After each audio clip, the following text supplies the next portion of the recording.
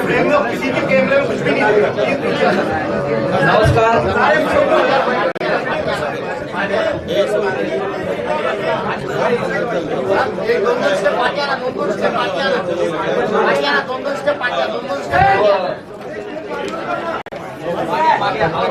स्वागत। आज महाविकास आघाडीतर्फे एका विशेष पत्रकार परिषदेचं इथे आयोजन केलेलं आहे। महाविकास आघाडीचे सर्व प्रमुख नेते उपस्थित आहेत। माननीय शरद पवार, माननीय उद्धव ठाकरे साहेब, माननीय नाना पटोले, पृथ्वीराजजी चव्हाण, विजय वडेट्टीवारजी, आदित्य ठाकरेजी, सुप्रियाताई सुळे, वर्षाताई गायकवाड, अरविंद सावंतजी, विनायक राऊत, अनिल देसाई। आजच्या पत्रकार परिषदेचं नियोजन करताना फ्रेम में फ्रेम बना लो, फ्रेम अपने आप आ जाएगा।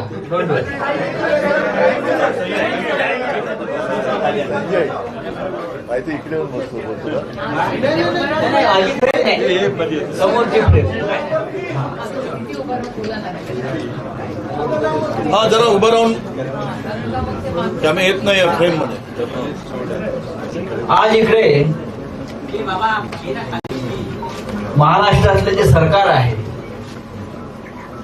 ज्याला आपण गद्दारांचं सरकार म्हणतो, त्या गद्दारांचा पंचनामा करणारं एक आरोपपत्र प्रसिद्ध करण्याचा इथे आजचा कार्यक्रम होता। पण दुर्दैवाला काळ याच भागामध्ये बाबा सिद्दीकी माजी मंत्री यांची हत्या झाली आणि कायदा आणि सुव्यवस्थेचाही पंचनामा या निमित्तानं करावा लागेल, अशा पद्धतीची ही पत्रकार परिषद आज होते। हे जे आरोपपत्र तयार करण्यात आलेलं आहे, गेल्या 2.5 वर्षामध्ये महाराष्ट्राची या गद्दारांच्या सरकारनं कशा प्रकारे लूट केली, भ्रष्टाचाराचे कसे विक्रम मोडले, व्यभिचार, बलात्कार या बाबतीत महाराष्ट्राची ज्या पद्धतीनं अवहेलना आणि बदनामी झाली, या सगळ्याचा पंचनामा या पुस्तकात आहे। या पुस्तकाचं प्रकाशन तर होईलच, आरोपपत्राचं प्रकाशन होईल, पण आपण सगळे इथे जमलेले आहात आणि सर्व प्रमुख नेते उपस्थित आहेत। प्रत्यक्ष पत्रकार परिषदेला सुरुवात होण्यापूर्वी या पंचनाम्या संदर्भात एक लहानसा व्हिडिओ इथे दाखवला जाईल। तो दाखवल्यावर ते आपली पत्रकार परिषद सुरू होईल। सुरू कर।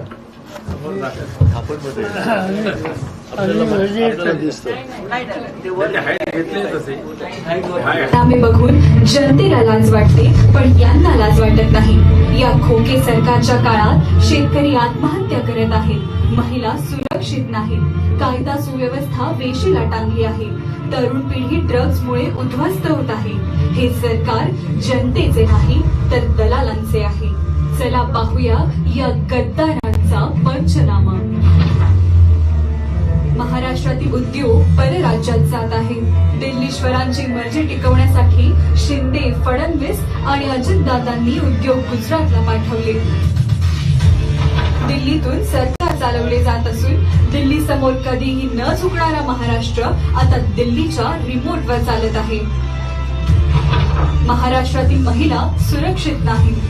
महाराष्ट्रात मोठ्या प्रमाणात गुन्हेगारी वाढली असून दिवसाढवळ्या महिलांवर हल्ले होत आहेत। महाराष्ट्रातील युवकांना रोजगार नाही, राज्यातील बेरोजगारी वाढतच चालली आहे। महाराष्ट्रातील गुन्हेगारी वाढली आहे, पोलीस स्थानकातच गोळीबार होतोय, तर सामान्य माणूस कसा सुरक्षित राहील? शिंदे, फडणवीस, अजित पवार स्वतःचेच पाहत आहेत. महाराष्ट्रातील जनतेला वाऱ्यावर सोडले आहे. महाराष्ट्रातील पक्ष भाजपने फोडले. मराठी माणसाचा स्वाभिमान असलेली शिवसेना आणि राष्ट्रवादी भाजपने कट कारस्थानकडून फोडली. शेतकऱ्यांच्या शेतमालाला भाव नाही, त्यामुळे दररोज शेतकरी आत्महत्या करत आहेत.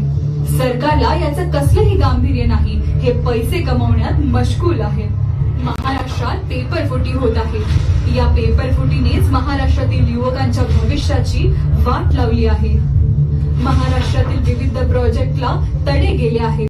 टोल भरूनही महाराष्ट्रातील प्रोजेक्ट कोसळत आहेत. रस्त्यांना तडे जात आहेत. एकही दर्जेदार काम नाही. महाराष्ट्रातील महापुरुषांचा अपमान या सरकारने केला आहे. अनितीने सरकार चालवून महापुरुषांचे विचार पायदळीत उडवले आहेत. या खोके सरकारने जिकडे जाऊ तिकडे खाऊ हे धोरण राबवले असून यांना महाराष्ट्राचे आणि राज्यातील जनतेचे सोयच सुचत नाही. या सत्तेसाठी आणि स्वार्थासाठी बेधुंद झालेल्या लोकांना आता जागा दाखवण्याचे जनतेने ठरवले आहे. युवकांचे रोजगार, महिलांची सुरक्षा, कामगारांचे हक्क आणि शेतकऱ्यांचा जीव हिरावून घेणाऱ्या या महाराष्ट्रद्रोही युतीला जागाच टाकून देऊ.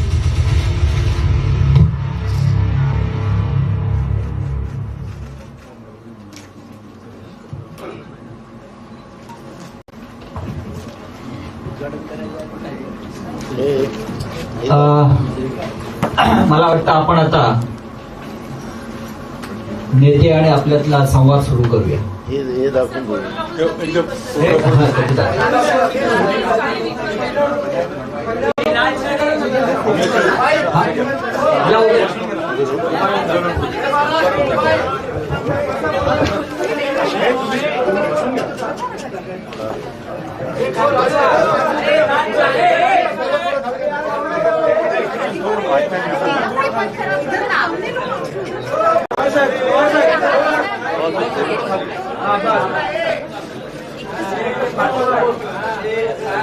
पाठ्यात दिसते का?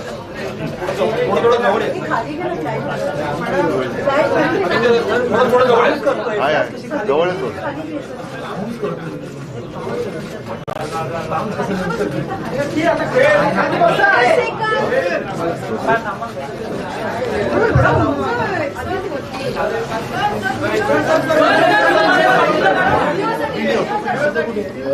आता तुम्ही खाली जा. आता परत व्हिडिओ बघा.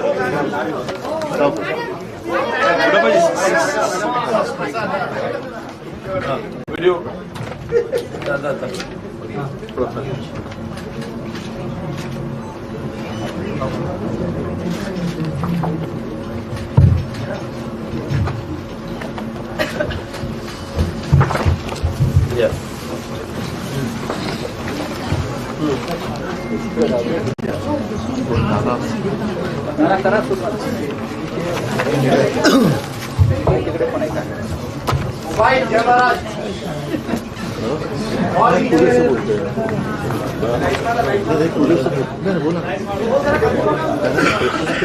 तुम्ही थोडस बोला.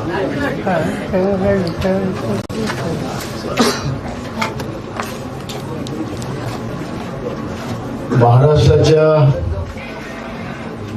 महायुतीच्या गद्दार सरकारचा पंचनामा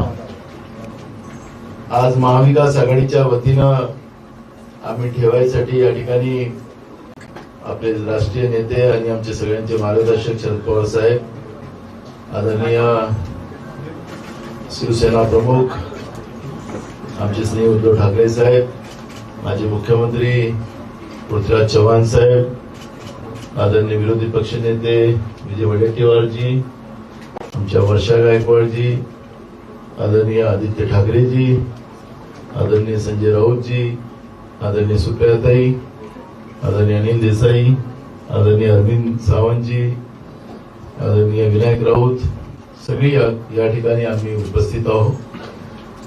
विशेष करून शाहू फुले आंबेडकरांच्या महाराष्ट्राला काळीमा लावण्याचा, कलंकित करण्याचा या महायुतीच्या सरकारने शिंदे, फडणवीस, अजित पवार सरकारने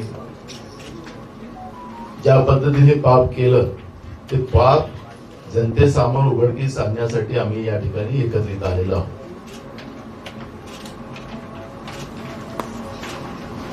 ज्या लोकांनी छत्रपती शिवाजी महाराजांच्या राज्याभिषेकाचाच विरोध केला तेच विचाराची लोक सत्तेत आहेत आणि म्हणून त्या लोकांनी मालवणमध्ये राजकोटला जेव्हा छत्रपती शिवाजी महाराजांची प्रतिमा तयार करण्याचं काम हाती घेतलं आणि काही महिन्यातच ती प्रतिमा त्या ठिकाणी तयार करून अवघ्या 8 महिन्यामध्ये छत्रपती शिवाजी महाराजांच्या प्रतिमेची विटंबना करण्याचं पाप भ्रष्टाचाराच्या माध्यमातून या महायुतीच्या भ्रष्टाचारी सरकारने केला आणि त्याच्यामध्ये सुद्धा माफीमध्ये सुद्धा त्यांना किती कंजूसी केली आपण पाहिले. अजूनही राज्याचे उपमुख्यमंत्री देवेंद्र फडणवीस यांनी त्या घटनेची माफी मागितली नाही हे पण आपण पाहिलेलं आहे.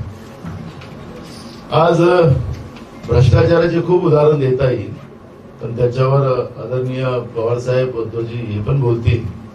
पण आपण पाहतोय की ज्या भागात आपण आज आहोत त्या भागातच काल झालेली घटना आमचे माजी मंत्री आणि राज्याचे एक उमदा नेतृत्व बाबा सिद्दीकी यांची हत्या काल करण्यात आली आणि पूर्ण महाराष्ट्र त्याच्यामधून हादरून गेला. म्हणजे सत्ता पक्षातलेही नेते सुरक्षित नाही. कालपर्यंत आम्ही सांगत होतो की शाळेमध्ये शिकणाऱ्या आमच्या 4 वर्षाच्या 5 वर्षाच्या मुली सुद्धा सुरक्षित नाही, महिला सुरक्षित नाही, राज्यातले लोक सुरक्षित नाही. पण आज सत्ता पक्षातलेही नेते असुरक्षित नाही. तर मग महाराष्ट्रातल्या जनतेची आज काय स्थिती असेल हे सगळ्यात मोठं उदाहरण कालच्या घटनेमधून स्पष्ट होते आहे.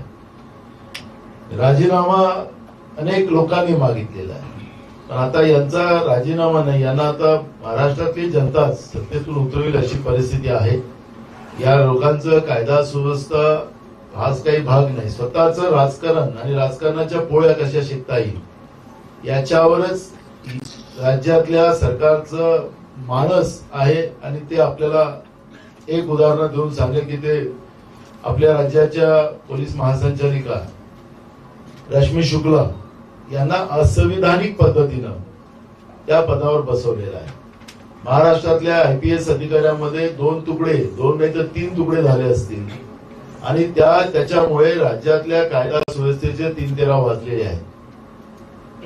आम्ही निवडणूक आयोगाकडे कंप्लेंट केली. आचारसंहितेनंतर निवडणूक आयोग काय करते आम्हाला त्याच्यावर नाही, काय करेल ती माहिती आपल्याला त्यावेळेस कळेल.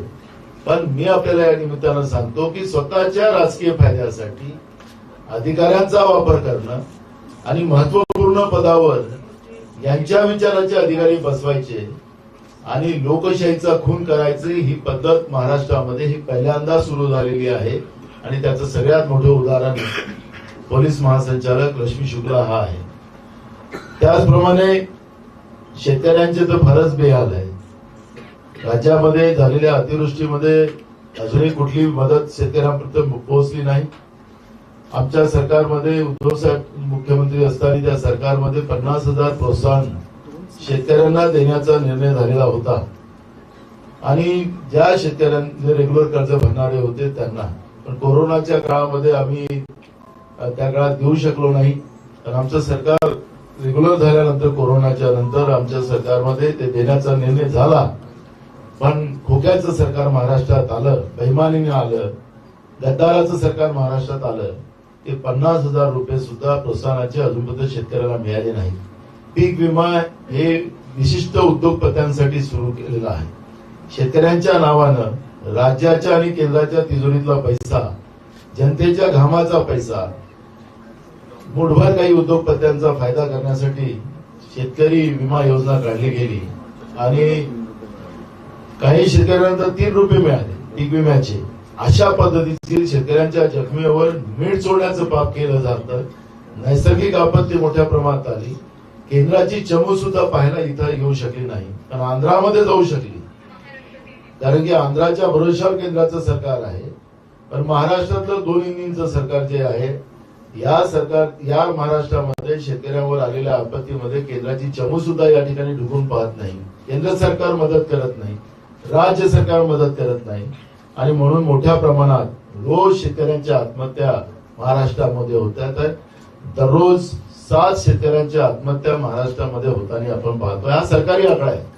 त्याच्यापेक्षा जास्त काही आकडे तर येऊ शकत नाही पुढं, त्याच्यापेक्षा जास्त शेतकऱ्यांच्या आत्महत्या महाराष्ट्रामध्ये होतात. पेपर फुटीच्या माध्यमातून तरुण शिकलेल्या मुला मुलींचं आयुष्य बर्बाद करण्याचं काम हे सरकार करते आहे. आणि म्हणून या सगळ्या व्यवस्थेला लगाम लावण्यासाठी आणि महाराष्ट्र पुन्हा गतवैभवामध्ये आणण्यासाठी महाविकास आघाडी म्हणून आम्ही एकत्रित या निवडणुकीच्या पुढे जातोय.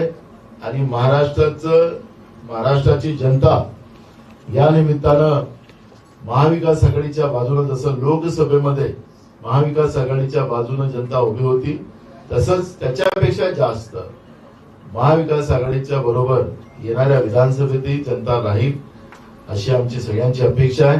कारण की हे महाराष्ट्र वाचवणं हे आमचं सगळ्यांचं काम आहे. गुजरात धार्जनी जे सरकार आज महाराष्ट्रात आहे, महाराष्ट्रातले सगळे उद्योग गुजरातमध्ये पाठवण्याचं काम ते करतात आहे. गुजरात धार्जनी हे सरकार महाराष्ट्रद्रोही सरकार आणि शिवद्रोही सरकार महाराष्ट्रातून हद्दपार करणं हाच आमच्या महाविकास आघाडीचा एकमेव उद्देश आहे. आणि म्हणून आपल्या समोर इथं आलेलो आता आदरणीय उद्धवजी यांच्यावर आपली प्रतिक्रिया देतो.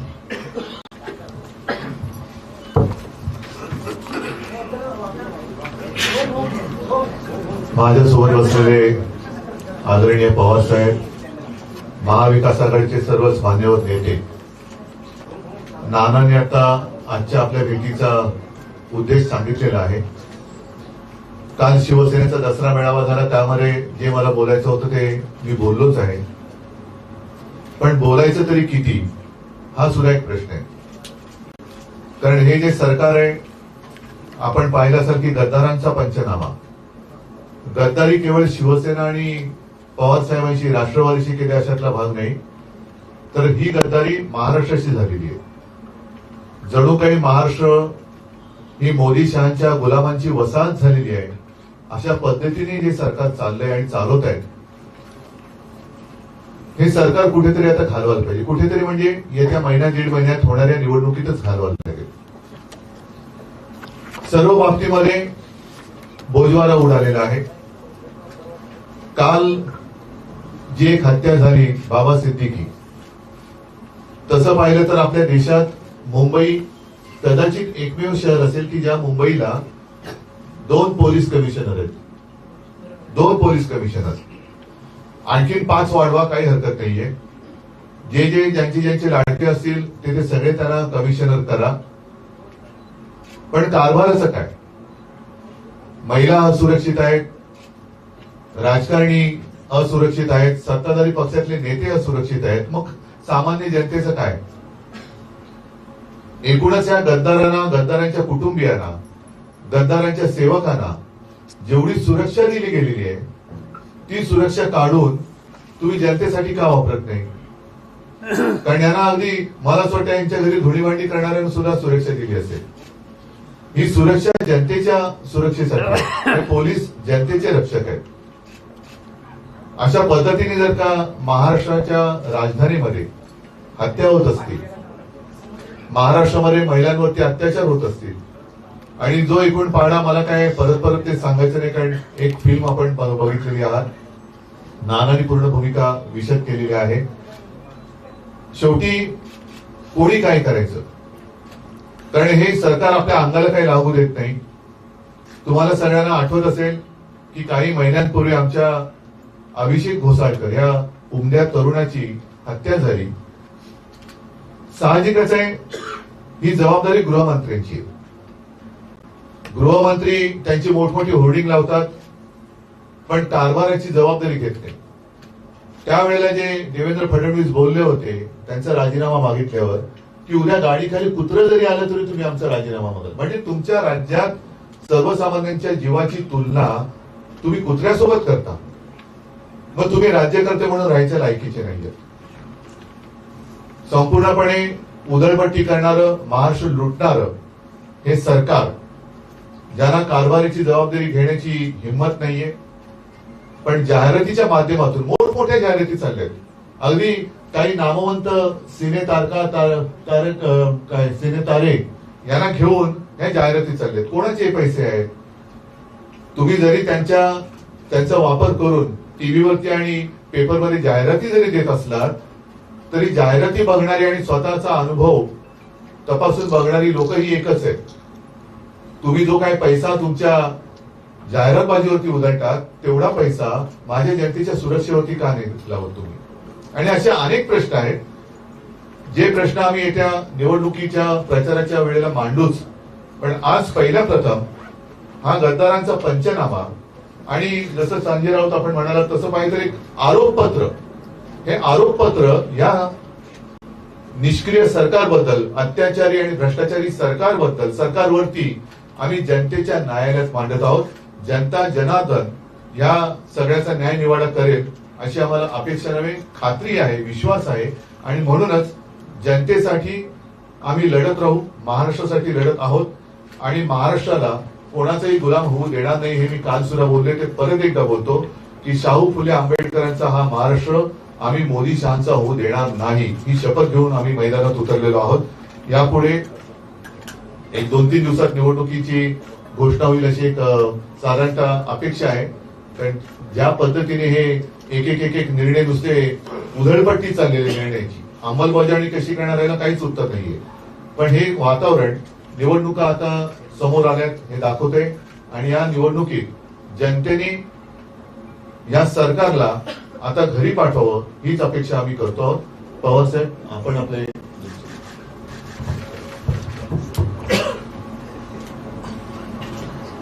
आज जे काही महत्वाचे प्रश्न आहेत त्याचा उल्लेख आमच्या दोन्ही सरकारांनी केला. मला चिंता एका गोष्टीची की महाराष्ट्र राज्य याचा एक वेगळा लौकिक होता प्रशासनाच्या संदर्भात. देशामध्ये एक काळ असा होता की उत्तम ऍडमिनिस्ट्रेशन, उत्तम प्रशासन लोक महाराष्ट्राकडं की जुन्या मोबाईल राज्याकडे बघायचे किंवा तामिळनाडूकडे बघायचे. आज ज्यांच्या हातामध्ये सत्ता आहे आणि ते ज्या पद्धतीनं प्रशासकीय निर्णय घेतात त्याची सामान्य लोकांच्या टिंगल व्हावी अशी स्थिती त्यांनी निर्माण केली. गेल्या 1.5 महिन्यामध्ये मंत्रिमंडळाने किती निर्णय घेतले,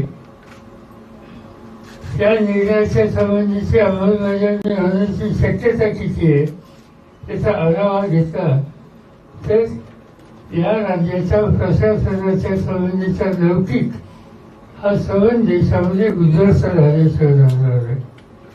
आणि त्यामुळे आज ऍडमिनिस्ट्रेशन सुद्धा संबंध जी ऑर्गनाईज झाली, शासकीय यंत्रणेशी कधी सुसंवाद साधण्याची संधी मिळते त्यावेळेला प्रशासन यंत्रणा कशी उद्ध्वस्त झाली त्याचे किस्से ऐकायला मिळतात आणि त्याची शेवटी किंमत महाराष्ट्रावर आणि महाराष्ट्रातल्या सर्वसामान्य जनतेच्याच होते. आणि म्हणून सवन प्रशासन उद्ध्वस्त करणारं काम जनतेकडून झालं.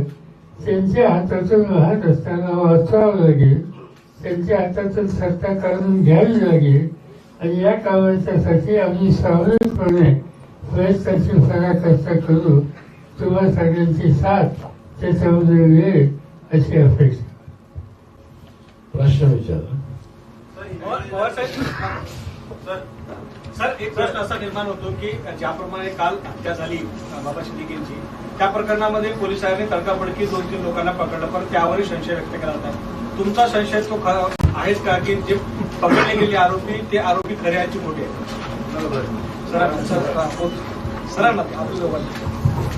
पवार साहेब, हा. त्या संबंधीची ऑथेंटिक पोलिसी माहिती आमच्याकडे नाही आणि त्यामुळे इन्व्हेस्टिगेशनच्या स्टेजमध्ये ही मॅटर अतिशय गंभीर गुन्हा आहे आणि अशा काळामध्ये पूर्ण माहिती नसताना जेणेकरून इन्व्हेस्टिगेशनच्या यंत्रणेवर काहीतरी करावी असं भाष्य आम्ही कुणी करणार नाही. ही जबाबदारी राज्य सरकारची, गृहमंत्र्याची पूर्णपणाने आहे आणि त्या संबंधीचे रिझन हे त्यांनी देता येत नाहीत हे दिसतंय, तर त्यांना सत्ता त्याग करण्याचा दुसरा पर्याय नाही. आपण जनतेसमोर प्रश्न जे आहेत ते मांडलेले आहेत, मुद्दे मांडलेले आहेत, आरोप केलेले आहेत, पण उत्तरासाठी जनता कुठे बघणार? म्हणजे आपलं सोल्युशन काय आहे? जे काही गव्हर्नमेंटने केलेला स्कॅम आहे, जे काही तडकाफडकी बदली आहे, त्यासाठी सोल्युशन आता दिवस फार थोडे आहे.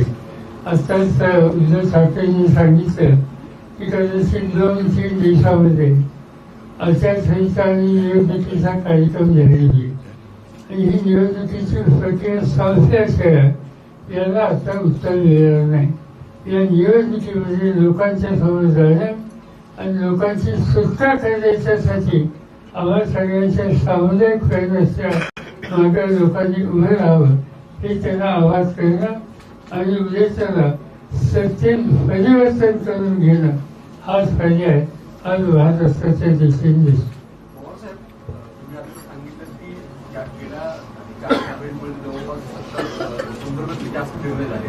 त्याच्यामध्ये बहुतेक वेगवेगळ्या छोट्या घटकांच्या समाज महामंडळाची घोषणा सरकारकडनं करून दिसते. हरियाणामध्ये झालेल्या निकालांच्या नंतर पोलरायझेशनच्या पद्धतीने झालं, त्याचाच भाग म्हणून छोटे छोटे घटक पक्षांचे, छोटे छोटे जाती जमातीचे महामंडळ करण्याचा निर्णय सरकार घेत आहे का आणि त्यांना आपोसून जवळ करू पाहत आहे का? यापूर्वी महाराष्ट्र सरकारने काही महामंडळं पूर्वी सरकारने नेमलेली होती, त्याची उपयुक्तता नाही, त्याचा प्रशासकीय खर्च हा अधिक आहे आणि त्यामुळे काही महामंडळाला रद्द करणं, बंद करण्याचा निकाल हा राज्य सरकारने घेतला आणि हा अनुभव नियोजन खात्याने सरकारच्या नेतृत्वाच्या नजरेसमोर आणून दिला असताना हे जे काही दर दिवसाला एक नवीन असा जो काही त्यांनी हल्ली उद्योग सुरू केलेला आहे त्याला काही फारसा अर्थ नाही, त्याची उपयुक्तता नाही. आणि ज्या सामाजिक वर्गाचा उल्लेख केला जातो, माझ्या सरकारला काळजी एक आहे की आणखीन एक 2-6 महिन्यात त्या सवर्ण वर्गाच्यामध्ये एक प्रकारचं नैराश्य आल्याचं राहणार नाही, पण त्याची चिंता आत्ताच्या राज्यकर्त्यांना नाही. उद्धव सर, तुमच्यासाठी प्रश्न आहे. खरं तर एकीकडे हिंदूंच्या नावाने पुन्हा एकदा धार्मिक तेढ निर्माण करण्याचा प्रयत्न, एकंदरीत सिस्टम जी उभी केली जाते. नुकतंच अकोला असेल, त्याच्या बाजूची जी एरिया असेल, त्या ठिकाणी पुन्हा एकदा छोटे छोटे दंगल जे आहेत त्या घडवल्या जातात. या तिन्ही पक्षांमध्ये तुमचा पक्ष हिंदुत्ववादी विचाराचा, तर तुमचं पुढचं नरेटिव्ह कसं असणार आहे थांबवण्यासाठी? पहिलं एक 2 प्रश्नांबद्दल मला थोडंसं बोलावंसं वाटतं. आपण जो पहिला प्रश्न विचारला की काल ज्या अटका झाल्या त्याच्याबद्दल काय, पवार साहेबांनी म्हटलं ते बरोबर आहे की अजून पुरेशी माहिती आमच्याकडे आलेली नाही. मात्र सरकारच्या प्रत्येक कृतीबद्दल संशय व्यक्त केला जातो, ही गंभीर बाब आहे. अगदी कालच्या अटका असतील किंवा मर्यादा शिंदेला घातलेल्या गोळ्या असतील, त्या सगळ्यांवरती एक संशय व्यक्त केला जातोय, तर ती एक गंभीर बाब आहे. म्हणजे सरकारवरचा विश्वास उडालाय. सर्वसामान्य लोक विचारायला लागले ते सरकार करते ते बरोबर आहे का चूक आहे, इथेच सरकारचं अपयश आहे. आणि दुसरा मुद्दा जो आपण विचारला की याच्यावरती सोल्युशन आम्ही जाहीरनाम्यामध्ये मांडणार आहोत आणि त्याही पेक्षा 2.5 वर्ष आम्ही काम करून दाखवलेले. 2.5 वर्षाच्या काळामध्ये मग मी आपल्या प्रश्नाला सुद्धा त्यात उत्तर देईन की 2.5 वर्षाच्या काळात सुद्धा जातीय तेढ निर्माण करण्याचा प्रयत्न झाला होता, अगदी सीए एनआरसीच्या वेळेपासून. पण महाराष्ट्र हे एक राज्य असं राहिलं की तिकडे कुठेही जातीय दंगल झाली नाही. त्याच्यामुळे त्यांच्याकडे हा शेवटचा प्रयत्न राहिलेला आहे की जातीय दंगली करायच्या आणि त्याच्यावरती आपल्या पोळ्या भाजायच्या. पण महाराष्ट्रातली जनता ही शून्य आहे, त्याच्यामुळे त्यांचा प्रयत्न हा आतापर्यंत यशस्वी झालेला नाही आणि यापुढे सुद्धा तो होणार.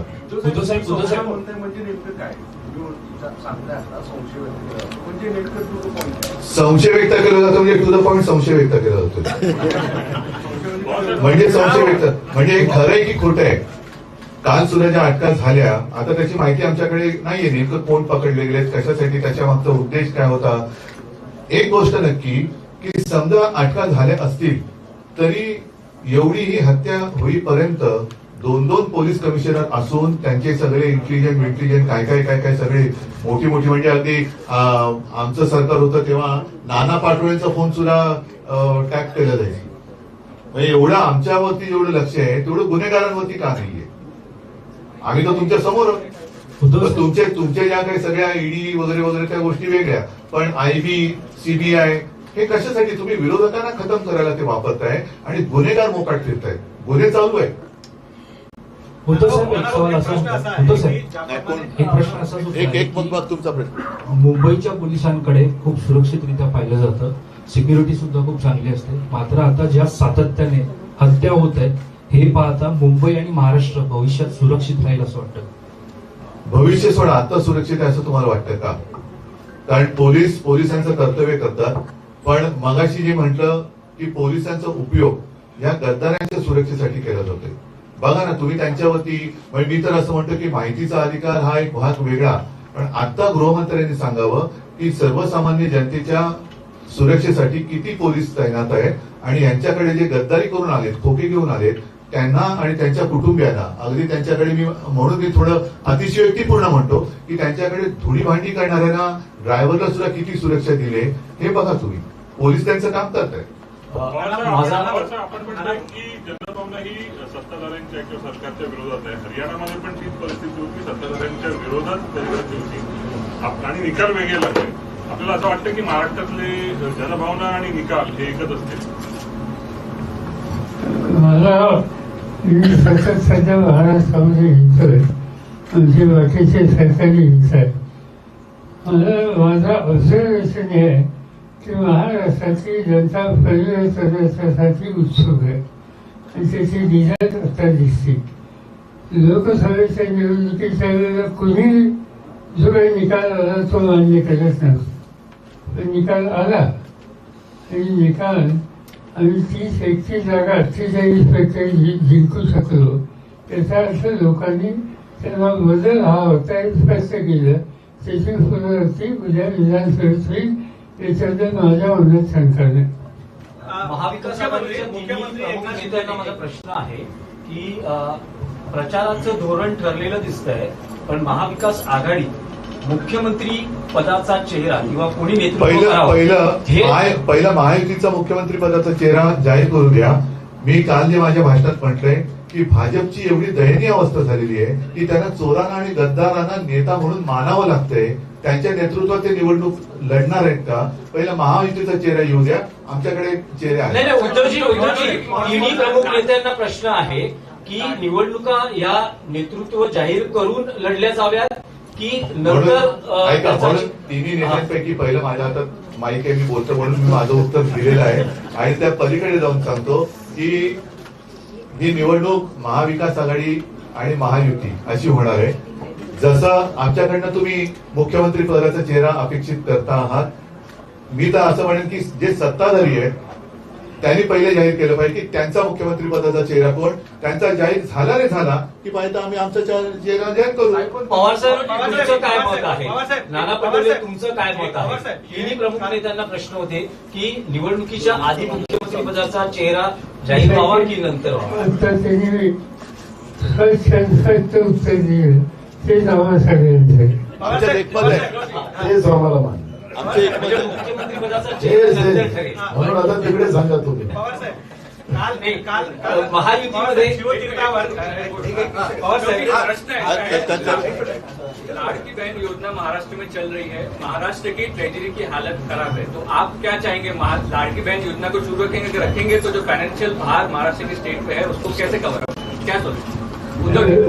असं आहे की महिलांचा आत्मसन्मान वाढवण्याच्यासाठी कुठलंही धोरण स्वीकारलं तर त्याचं समर्थन आम्ही सगळेच करतो. मुद्दा फक्त एकच आहे की ही योजना तात्पुरती का कायमस्वरूपाची. अशा प्रकारच्या योजना ज्यावेळेला जाहीर केल्या जातात, राबवल्या जातात, प्रतिवर्षी राज्य सरकारचा अंदाजपत्रक जे जाहीर केलं जातं, बजेट मांडलं जातं आणि त्या बजेटमध्ये तरतुदी केल्या जातात. त्याची एकही तरतूद स्वच्छ वजेत होते की नाही, हा निवडणुकीच्या पुरते घेतलेला उद्योग आहे. आणि आमची खात्री आहे की ह्या एक प्रकारे वडिलांची फसवणूक करण्याच्या संबंधीचा भाव आहे. एक गोष्ट योजना कंटिन्यू करणार का? साधारण प्रश्न हाच आहे. योजना तुम्ही कंटिन्यू करणार का? आणि दुसरी गोष्ट एक्झॅक्टली त्याचं स्वरूप याच्यासाठी करावं लागेल. त्याच्यासाठी एखाद्या मजेची तरतूद काय याची माहिती घ्यावी लागेल आणि त्याच्यामध्ये थोडीशी योजना लावायला आवश्यक असलेली एवढी पूर्तता जर असेल तर कंटिन्युएशन करण्यात सुद्धा काही पर्यंत विरोध नाही, पण ती तात्पुरती होणार नाही अशी खात्री आम्हा लोकांची व्हायची पाहिजे आणि ज्यांना लाभ होणार आहे त्यांची व्हायची पाहिजे. पवारसाहेब, एक प्रश्न असा आहे की काल ज्याप्रमाणे पवारसाहेब काल ज्याप्रमाणे उद्धव साहेबांचं शिवतीर्थावर जे भाषण झालं त्याच्यानंतर एक व्हिडिओ दाखवण्यात आला, त्यामध्ये उद्धव साहेबांनी जी त्यांनी मुख्यमंत्री पदाची शपथ घेतली तो व्हिडिओ दाखवण्यात आला. तो काय खोटा होता काय? खोटा होता? नाही, तो खरा होता. परंतु सर दुसरं असं आहे की नाना पटोले त्यांच्या मतदारसंघात आणि विदर्भात खास करून मुख्यमंत्री पदाचा उमेदवार असला ते शपथ घेतील तेव्हा त्यांचा व्हिडिओ दाखवतील. तुमची बाजू कोणा बाजू आहे? तुम्ही दोन्ही पृथ्वीराजजी त्यांचा व्हिडिओ दाखवतील. मी आपल्या सगळ्या पत्रकारांना संपादकांना माझी विनंती आहे की आम्ही एक आहोत. आमचा मुख्यमंत्री पण आम्ही सगळे एकमताने डिसाईड करू, कुठले भांडण होणार नाही हे तुम्हाला आम्ही जाहीरपणे या ठिकाणी सांगतो. आम्हाला महाराष्ट्र वाचवायचं आहे. महाराष्ट्र आता धोक्यात आहे. आज शाहू फुले आंबेडकर विचाराला संपवून मोदी आणि शहाचा विचार या महाराष्ट्रात आणला जातोय. ते महाराष्ट्र कधी खपवून घेणार नाही आणि त्यासाठी आमची लढाई आहे आणि आम्ही त्यासाठी आहे. मुख्यमंत्र्यांची खुर्ची हा काही आमच्यासाठी महत्वाचा नाही, तो त्यांच्यासाठी खोक्यांवाल्यांसाठी तो एक मुद्दा आहे. आणि तुम्ही महामंडळ आणि हे सगळ्यांचं तुम्ही घोषणा 278 तुम्हाला आकडे माहित नसेल म्हणून मी आकडे सांगतो. या 2 आठवड्यामध्ये त्यांनी जे कॅबिनेटचे निर्णय घेतले त्या महिनाभरामध्ये ते 278 आहेत. अनेक महामंडळ छोटे छोटे त्या ठिकाणी घोषणा केल्या. मला आठवतं की फडणवीस राज्याचे अर्थमंत्री होते या पहिल्या याच्यामध्ये, त्यावेळेस त्यांनी अनेक महामंडळ जाहीर केले होते, बजेटमध्ये केले होते. एक तरी चालू आहे का हे पहिले तपासलं पाहिजे. त्या महामंडळाला निधी उपलब्ध करून दिली आहे का हे तपासलं पाहिजे. निवडणुकीचे जुमले आता या महाराष्ट्राला माहिती आहे की भाजप आणि त्यांचे सोबती हे निवडणुकीचे जुमले करण्यामध्ये एक्सपर्ट आहे. आपल्याला माहितीसाठी सांगतो, परवा बंजारा समाजाच्या जे तीर्थस्थळ आहे पोरादेवी त्या ठिकाणी नरेंद्र मोदीजी आले आणि त्या ठिकाणी ज्या पद्धतीनं त्यांचा तो नगाराचा कार्यक्रम बाजूला राहिला. आता मला पवार साहेब पण आपण पण अनेक योजना राबवल्यात. आपणही केंद्रामध्ये कृषी मंत्री राहिला. आपण शेतकऱ्याला पैसे जे आपल्या राहतात ते आपण पाठवतो. दर हप्त्याला काही आपण त्याचा इव्हेंट नाही करत, पण मोदीजी दर हप्त्याला इव्हेंट करतात. तर तो इव्हेंट तिथं केला. तिथं ज्या पद्धतीनं पूर्ण बंजारा समाज त्यांच्यावर नाराज झाला, कारण की ते धार्मिक स्थळ होतं आणि त्या ठिकाणी राजकीय भाषण झालं. त्यामुळे बंजारा समाजाच्या लोकांमध्ये भयानक राग भाजपच्या विरोधात त्या ठिकाणी निर्माण झाला. कारण की आता जे काही इव्हेंट महाराष्ट्रामध्ये शासकीय माध्यमातून केले जातात आहेत आणि त्या शासकीय प्रोग्राम मध्ये सगळे राजकीय भाषणं केली जातात. हे महाराष्ट्राला कधी महाराष्ट्र खपवून घेणार नाही. महाराष्ट्रामध्ये पवारसाहेब आमचे ज्येष्ठ आहेत, अनेक वर्ष ते सत्तेमध्ये राहिलेत आणि पुढच्या काळातही राहणार. पण मी तुम्हाला सांगतो की शासकीय कार्यक्रमामध्ये राजकीय भाषण कधी आम्ही पाहिलेलं नाही, पण महाराष्ट्रामध्ये हे पहिल्यांदा जे आम्ही पाहतोय ते महाराष्ट्राची जनता खपवून घेत नाही. नाही पण सर हरियाणाच्या ठिकाणी हेच कंटिन्यू होतं की प्रधानमंत्री आले आणि बंजारा समाजाच्या संबंधीची मतं त्यांनी मांडली. त्यांनी एक विधान असं केलं की बंजारा समाजासाठी काँग्रेसनं आणि यापूर्वीच्या सरकाराने कुठेही त्यांना संधी दिली नाही. या राज्याचे 11 वर्ष मुख्यमंत्री वसंतराव नाईक होते.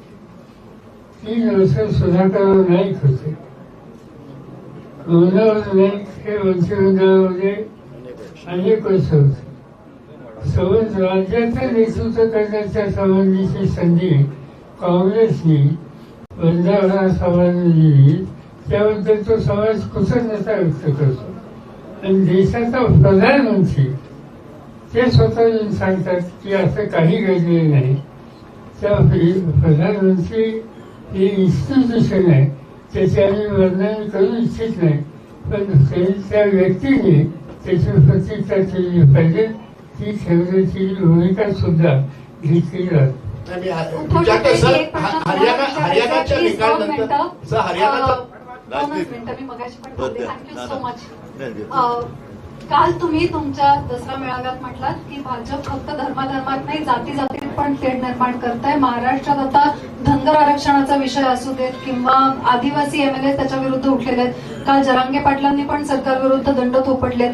या सगळ्याचं निवडणुकीपर्यंत कसं पर्यवसन होताना तुम्ही बघता?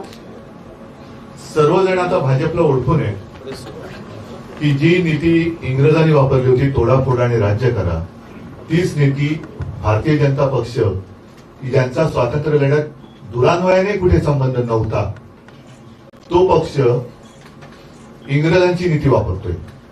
आणि म्हणून मला नाही वाटत की आता त्यांच्या या भूलथापाला कोणी बळी पडेल. महत्वाचा प्रश्न की या सगळ्या गोष्टीमध्ये आपल्या महाराष्ट्राचे रोजगार गुजरातला पळवले जात आहेत. बाकीचे सगळे आरोप आम्ही करतोच आहोत.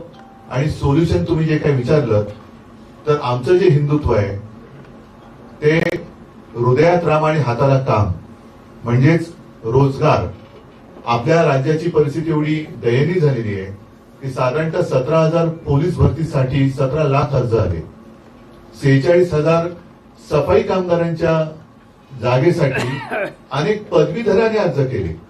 म्हणजे हे तर असं दुर्भाग्य मला नाही वाटत देशात किंवा इतर जगात कुठे आलं असेल की पदवीधर शिकले सवरलेली माणसं त्यांना रोजगार मिळत नाही. हे रोजगार त्यांच्या हक्काचे डोळ्यात देखत मोदी आणि शहा गुजरातला घेऊन जात आहेत. आणि हा माझा शिकलेला तरुण आणि शिकलेल्या युवती सुद्धा सफाई मजुरासाठी जर का ऍप्लिकेशन करणार असतील तर याच्यासारखं दुसरं दुर्भाग्य मला नाही वाटत महाराष्ट्राचं आहे. म्हणून आमची प्राथमिकता की जसं काल आदित्यने सांगितलं की जॉब जॉब आणि जॉब, रोजगार रोजगार रोजगार.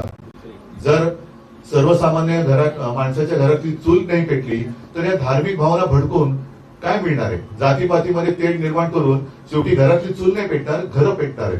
आम्हाला घरं नाही पेटवायची, आम्हाला घरातल्या चुली पेटवायची. पण सर असं आहे की हरियाणाच्या निकालानंतर एक मिनिट राजदीप, हरियाणा बरोबर काश्मीरचा निकाल लागलेला आहे. मग काश्मीरमध्ये जो सुपडा साफ झाला भाजपचा त्याच्याबद्दल आपण बोलत का नाही? कारण त्यांच्याकडे तर त्यांनी 370 कलम रद्द केलं, आणखीन बऱ्याच काही काही गोष्टी केल्या. एवढं झाल्यानंतर सगळ्यात जास्त जागा या भाजपच्या काश्मीरमध्ये यायला पाहिजे होत्या, पण काश्मीरमध्ये सुपडा साफ झाला त्याच्याबद्दल कोणी बोलत नाही. हरियाणामध्ये काल संजय राऊतनी जे सांगितलं की 0.6 म्हणजे 1% सुद्धा नाही, फक्त 0.6 मतं ही भाजपला जास्त मिळाल्यानंतर 30 जागा भाजपच्या जास्त कशाला येऊ शकतात. तर त्याच्यामुळे मला असं वाटतं की प्रत्येक राज्याचं कॅल्क्युलेशन हे वेगळं आहे. महाराष्ट्राने इतर संपूर्ण महाराष्ट्राने गेल्या वेळेला भाजपला साथ दिलेली नाही आणि महाराष्ट्र देशाला दिशा देत असतो. त्याच्यामुळे मला असं वाटतं की हरियाणा बरोबर काश्मीरच्या निकालावरती पण तेवढीच चर्चा व्हायला पाहिजे. माझा प्रश्न असा आहे, हरियाणाच्या निकालानंतर भाजप म्हणते की डबल इंजिनची त्यांची सरकार आहे आणि मोदी फॅक्टर आहे. आपल्या या पंचनामामध्ये पण आपल्या या पंचनामामध्ये कुठे ना कुठे आपण म्हणताय महाराष्ट्र बनाम गुजरात किंवा महाराष्ट्र बनाम दिल्ली आणि एक महाराष्ट्र धर्माचा तुम्ही एक उल्लेख केलाय. मला तुम्हाला विचारायचं ह्या इलेक्शनमध्ये तो तुम्हाला सर्वात मोठा मुद्दा आहे का? एक महाराष्ट्रीयन आयडेंटिटी, मराठी अस्मिता हा मुद्दा आहे का? हरियाणात तो दिसला नाही, तो महाराष्ट्रात दिसेल का? आणि त्याच्यासाठी आपण काय करा? मला असं वाटतं की जी भाषावर प्रांतरचना झाली, ठीक आहे, आम्ही नव्हती केली, पण भाषावर प्रांतरचना भाषेप्रमाणे प्रत्येक भाषेला एक प्रांत मिळाला. तसाच मराठी माणसाला महाराष्ट्र मिळाला. महाराष्ट्र मिळाल्यानंतर जसं इतर राज्यांना त्यांच्या राजधान्या मिळाल्या तशी राजधानी महाराष्ट्राला मिळाली नव्हती, ती मिळवावी लागली. आणि महाराष्ट्रामध्ये मी मध्ये सुद्धा एकदा बोललो होतो की आपला महाराष्ट्र हा प्रत्येक क्षेत्रामध्ये हा अग्रणी आहे. अगदी क्रांतिकारकांचा असेल, समाज सुधारकांचा असेल, साधू संतांचा असेल आणि छत्रपती शिवाजी महाराज, बाकी सगळे जे आपण म्हणतो ह्या गोष्टी या देशाला आपण दिलेल्या आहेत, महाराष्ट्राने दिलेल्या आहेत. आणि त्या दिलेल्या दिशेवरती संपूर्ण देश चालत असतो. काल सुद्धा आहे का सर? मोदी फॅक्टर आहे का? मोदी फॅक्टर हा गुजरातमध्ये जरूर असेल, गुजरातमध्ये असेल. आता महाराष्ट्रामध्ये मोदी फॅक्टर चालत नाही, आता महाराष्ट्राचा ट्रॅक्टर चालतो. सांगण्यामधल्या एडिटोरियल मध्ये हरियाणामध्ये जे आलेलं जरा मला असं वाटतं बऱ्याच गोष्टी झालेल्या आहेत. 2019 ते 2024 महाराष्ट्रातल्या मतदारांनी जो राजकीय अनुभव घेतला आहे, सत्ता स्थापनेनंतर वेगवेगळ्या युद्ध आघाड्या होतात. तुम्ही महाराष्ट्रातल्या मतदारांना काय विश्वास देणार आहात? सत्ता स्थापनेनंतर महाविकास आघाडी किंवा महायुती काही वेगळ्या पद्धतीचं राजकीय समीकरण सत्ता स्थापनेसाठी महाराष्ट्रात निर्माण होणार नाही. 2019 ते 2024 हा कालखंड महाराष्ट्राच्या राजकारणामधला अतिशय महत्वाचा आहे. एक गोष्ट नक्की की 2019च्या निवडणुकीपूर्वी आमची आणि भारतीय जनता पक्षाची युती होती, म्हणजे शिवसेनेची आणि भारतीय जनता पक्ष. आणि त्यावेळेला मी स्पष्ट केलं होतं तुमच्या सगळ्यांच्या समोर, देवेंद्र फडणवीसांनी आमच्या युतीचं एक धोरण सांगितलं होतं. ते तुम्हीच तुमच्या तेव्हाच्या क्लिप्स काढल्या मीटिंग, त्याच्यामध्ये त्यांनी दगाबाजी केली आणि म्हणून मी महाविकास आघाडीमध्ये आलो. महाविकास आघाडीचं सरकार उत्तमरित्या चालत होतं. दुर्दैवाने तो कालखंड हा जागतिक एक आरोग्यविषयक आणीबाणीचा होता, करोनाचा होता, पण त्याच्याही बाबतीत महामारीचा होता, करोनाचा होता. त्याही परिस्थितीत महाराष्ट्रामधलं सरकार आम्ही महाविकास आघाडी म्हणून चांगल्या पद्धतीने केलं.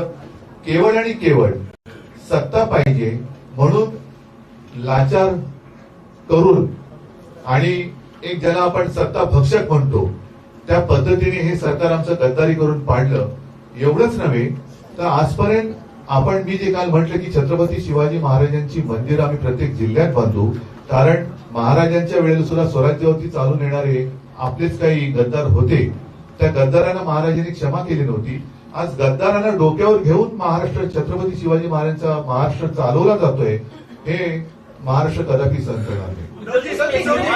मला असं वाटतं पुढे झालेलं आहे. सगळ्यांना धन्यवाद. जय हिंद, जय महाराष्ट्र.